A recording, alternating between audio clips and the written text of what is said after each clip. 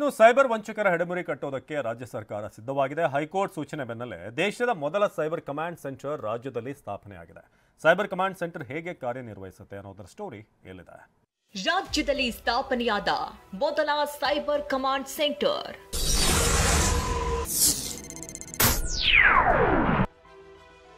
Cyber command ಸೆಂಟರ್ನಲ್ಲಿ 4 ವಿಂಗ್ಗಳ ರಚನೆ.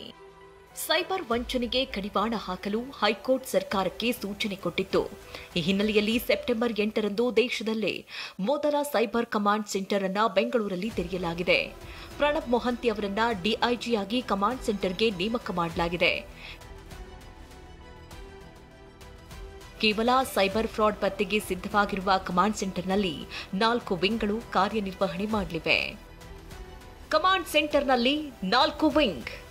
Cyber crime wing cyber ಅಪರಾಧಗಳನ್ನು ಪತ್ತೆ ಮಾಡಿ ದೂರು ದಾಖಲಿಸಿಕೊಂಡು ತನಿಖೆ ನಡೆಸುತ್ತೆ. ಸೈಬರ್ ಸೆಕ್ಯೂರಿಟಿ ವಿಂಗ್ ಬ್ಯಾಂಕ್ ಖಾತೆ, ಸಾಮಾಜಿಕ ಜಾಲತಾಣ, ಸಾಫ್ಟ್ವೇರ್ ಹ್ಯಾಕ್ ಮಾಡುವವರನ್ನ ಪತ್ತೆ ಮಾಡುತ್ತೆ.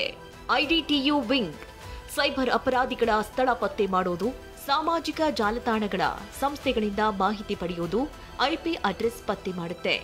ತರಬೇತಿ, ಸಾಮರ್ಥ್ಯ ವೃದ್ಧಿ ಮತ್ತು ಜನಜಾಗೃತಿ ದಳ ಸೈಬರ್ ಕಮಾಂಡ್ ಸೆಂಟರ್ ಅಧಿಕಾರಿಗಳಿಗೆ ತರಬೇತಿ ನೀಡೋದು, ಟೆಕ್ನಿಕಲ್ ಜ್ಞಾನ ವೃದ್ಧಿ ಮಾಡೋದು, ಹೊಸ ತಂತ್ರಜ್ಞಾನಗಳ ತಿಳುವಳಿಕೆ ನೀಡೋದು ಮತ್ತು ಸಾರ್ವಜನಿಕರು ಮತ್ತು ವಿದ್ಯಾರ್ಥಿಗಳಿಗೆ ಸೈಬರ್ ಅಪರಾಧ ಅರಿವು ಮೂಡಿಸುವ ಕೆಲಸ ಮಾಡುತ್ತೆ.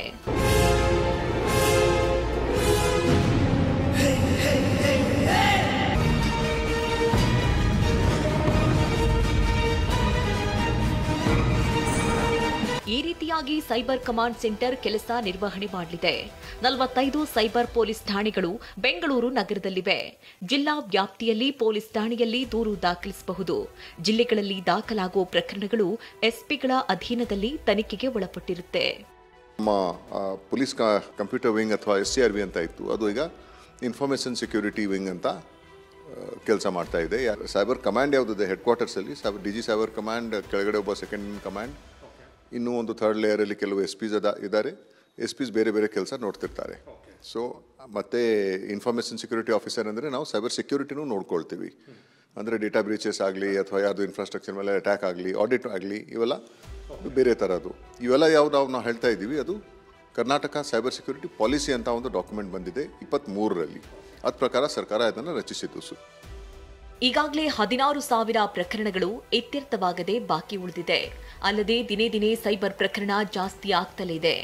ರಾಜ್ಯ ಸರ್ಕಾರ ಸ್ಥಾಪನೆ ಮಾಡಿರುವ ಸೈಬರ್ ಕಮಾಂಡ್ ಸೆಂಟರ್ನಿಂದಾದ್ರೂ ಸೈಬರ್ ಕ್ರೈಮ್ ಕಂಟ್ರೋಲ್ ಆಗುತ್ತಾ? ಕಾದು ನೋಡಬೇಕು. ಕಿರಣ್ KV ಜೊತೆ ವಿಕಾಸ್, TV9 ಬೆಂಗಳೂರು.